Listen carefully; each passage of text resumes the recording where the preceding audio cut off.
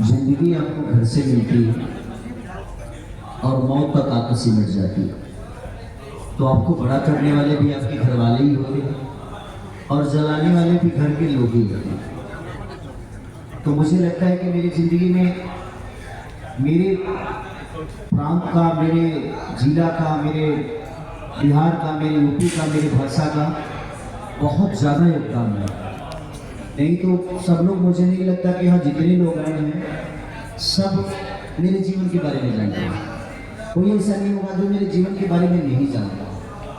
एक गांव से उठ के आप सबके बीच में अगर मैं कुछ बोल पा रहा हूँ तो ये भी पावर आप सबने ही दिया है मुझे। ऐसा नहीं कि सब लोग बचपन से पत्रकारिता करते हैं, कहीं ना कहीं सब लोगों ने गांव से उठ के यहाँ तक पहुँचे।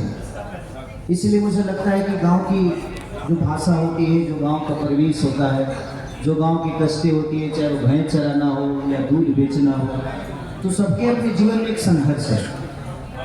और मुझे लगता है कि यहाँ कितने लोग ऐसे हैं जो अपने बच्चे को मोबाइल खेलने के लिए देते हैं, पर हम बताएंगे, एक बार ईमानदारी से बताइए।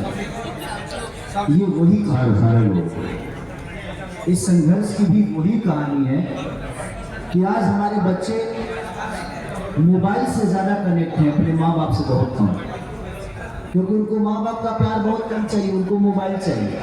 वो आते ही अपने पापा और ड्यूटी से आते हैं तो पापा से मोबाइल मांगता है, पापा की गोद में नहीं जाता। और इसीलिए मैं चाहूँगा कि आप लोग अपने बच्चे को संघर्ष जरूर दिखाइए कि मोबाइल से वो इतना कनेक्ट हो गए हैं कि कहीं ना कहीं हमारे प्यार और हमारे संस्कार से वो वर्जित हो गए हैं। और हम लोगों ने उसी बेस पे कहानी को किया है कि संघर्ष का मतलब ये नहीं होता है गरीबी।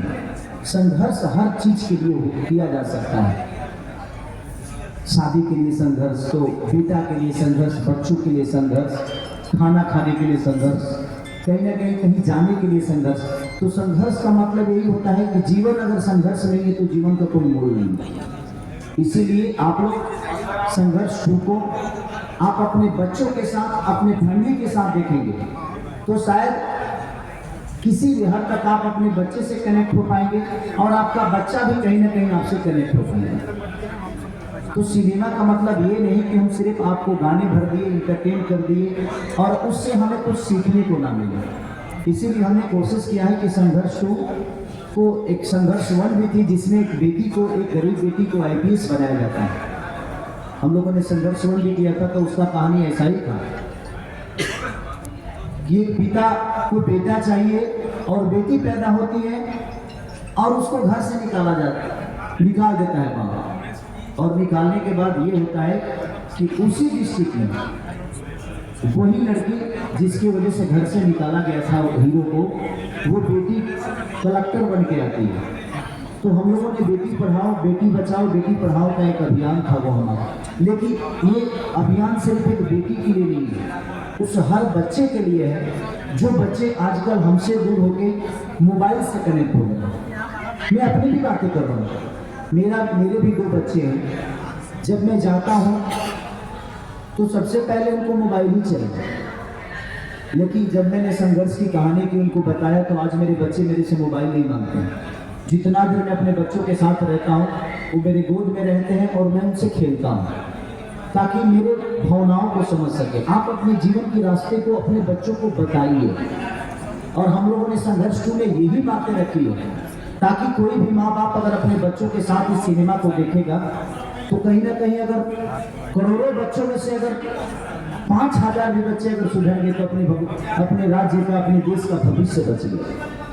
क्योंकि हम अपने बच्चों को संस्कार से इतना दूर कर दिए हैं कि आने वाला पीढ़ी हमारे लिए वृद्धा आश्रम ही बनेगा, क्योंकि हमने कभी अपने जीवन के बारे में अपने बच्चों को बताया ही नहीं। हमने उनको वक्त नहीं दिया जबकि हमें देना चाहिए, क्योंकि हमने मोबाइल दिया।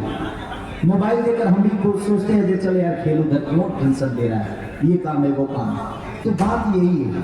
और हम लोगों ने संघर्ष को उसी के लिए बनाया है कि कम से कम हमारे राज्य के बच्चे या हमारे देश के बच्चे मोबाइल से दूर होकर कम से कम अपने माता पिता के पास रहें और माता पिता के जीवन की बातें समझ सकें। इसीलिए हम लोगों ने संघर्ष को बनाया है।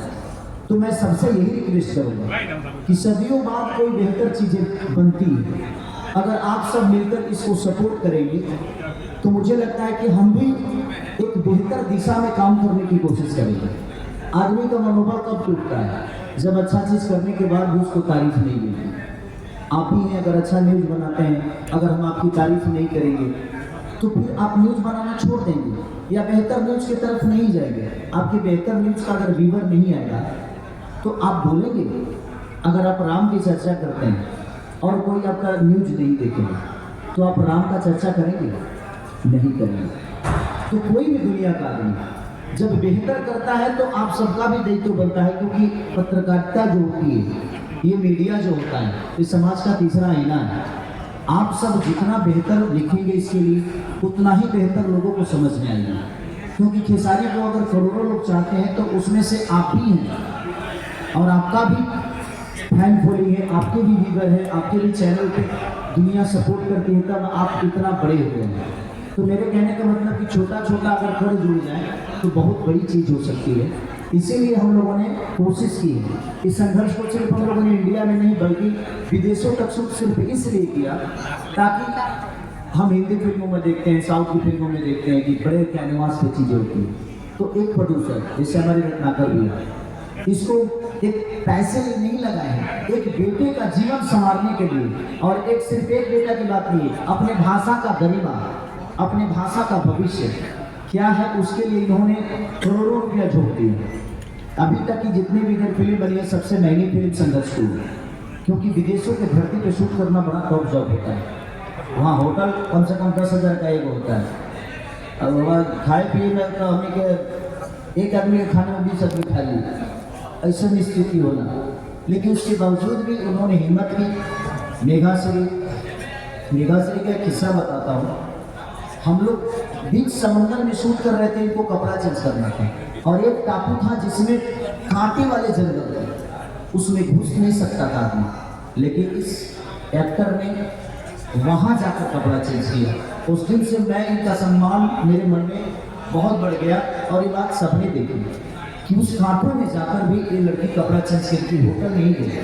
तो एक कलाकार अपने काम को आप सबके मनोरंजन के लिए इतना मेहनत करता है, तो मैं यही कहूँगा आप सबसे कि प्लीज़ आप लोग संघर्ष 2 जैसी सिनेमा को इतना प्यार और आशीर्वाद और अपने भाषा से, अपने न्यूज़ के थ्रू लोगों तक ऐसे मैसेज पहुँचाइए, क्योंकि ये सिर्फ मेरे बच्चों की बात नहीं है, ये हिंदुस्तान की हर उस बच्चे का कहानी है जो अपने पिता और माँ से दूर होकर मोबाइल को अहमियत देने लगा, वो मोबाइल से कनेक्ट हो गया।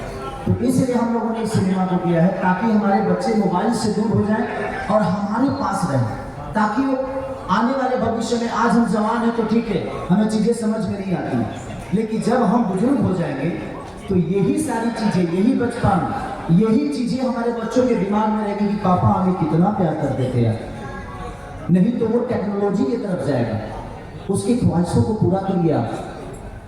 हम मोबाइल देते हैं, वो गूगल से 1 मिनट में जो चीज़ मांगता है उसे मिल जाती है। तो आप कोशिश करिए कि वो आपसे मांगे, गूगल से नहीं मांगे। उसको खेलना है तो वो खिलौना आपसे मांगे, गूगल से नहीं। तो जिंदगी में इसीलिए हम लोगों ने संघर्ष 2 को बनाया ताकि हमारे बच्चों का भविष्य, क्योंकि मैं अपने घर में देखा तो मुझे लगा कि नहीं, हमें इस बेस पे काम करना चाहिए।